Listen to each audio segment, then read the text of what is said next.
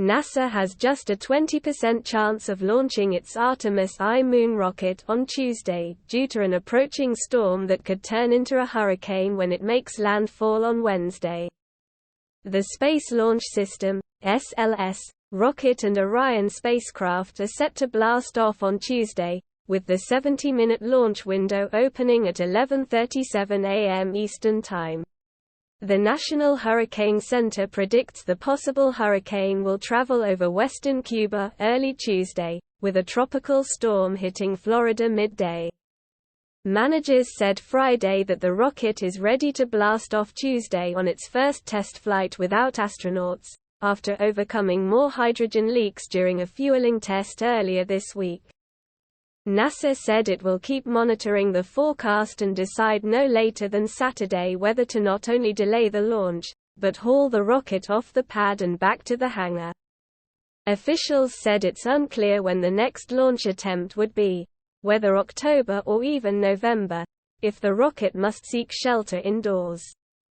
A tropical storm could ground NASA Space Launch System (SLS) rocket and Orion spacecraft that are set to launch on Tuesday. It takes 3 days of preparations to get the rocket back into Kennedy Space Center's Mammoth Vehicle Assembly Building, 4 miles away. "I don't think we're cutting it close," said NASA's Tom Whitmire, Deputy Associate Administrator for Exploration Systems.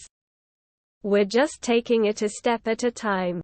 Fuel leaks and other technical problems scrapped the first 2 tries of launching the Space Launch System (SLS) rocket and Orion spacecraft, which will be uncrewed when it finally takes off. NASA conducted tests on the rocket Wednesday, which sprouted more fuel leaks, but engineers managed to get the problems down to acceptable levels. Engineers halted the flow and warmed the lines in hopes of plugging the leak, and proceeded with the test. But the leak persisted before dropping to acceptable levels. Hours later, another leak cropped up elsewhere, before tapering down.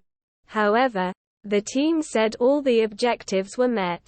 Hydrogen leaks spoiled the first 2 launch attempts, as well as earlier countdown tests. So much hydrogen escaped during the countdown earlier this month that it exceeded NASA's limit by more than double. Wednesday's leak almost got that big again. After hours of fits and starts, NASA finally managed to load nearly 1 million gallons of fuel into the rocket. Following the September 3 launch delay, NASA replaced 2 seals in the leaky line. One seal had a tiny indentation. It measured a mere 1/100th of an inch. Now that doesn't sound like a lot, but again we're dealing with hydrogen, the smallest element on the periodic table, said mission manager Mike Sarafin.